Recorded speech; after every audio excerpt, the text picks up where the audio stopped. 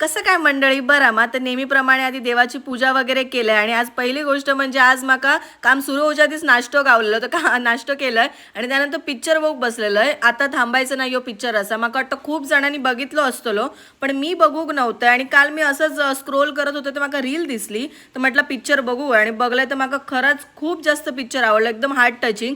आणि त्यानंतर दुपारी जरा पाऊस कमी झाला तर म्हटलं मम्मीक सांगलंय माडखोलाक जाऊन येऊया आणि माडखोलाक जाऊन निघालं. ही आमची सावंतवाडी आणि माडखोलला जाताच जाताच आमचं उपरलकर देव असा आमचं राखणदार आणि गाडीवर मम्मीक थंडी लागा होती तर मम्मीचे व्हॉइस ओव्हर बघा. ही फक्त माकाच परवडली आणि ह्यो अँटिक पीस दुसरीकडे खयच गावाचो नाही, ओनली अँड ओनली आमच्याकडेच गावतलो. आणि ह्यो अजिबात पेड प्रमोशन वगैरे काय नाही, असा एक नंबर आहे माझ्या हाऊस.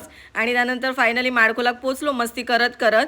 आणि खरं तर माडखोलाक आज येऊचं कारण म्हणजे माका गणपती जरा रेडी झालो तो बघूच होतो आणि त्याच्या मागे प्रभावळ लावलेली ती माका ॲक्च्युली माहीत नव्हती. ते म्हटलं जाऊन बघून येऊया कारण तसा कलरनुसार माका डेकोरेशनचं सामान घेऊचा रवलेला म्हणून गणपती बघू गेला. आणि आमच्या खालच्याच घरात गणपती बनतात त्यामुळे एकदम लगेचच पोचाक जाता.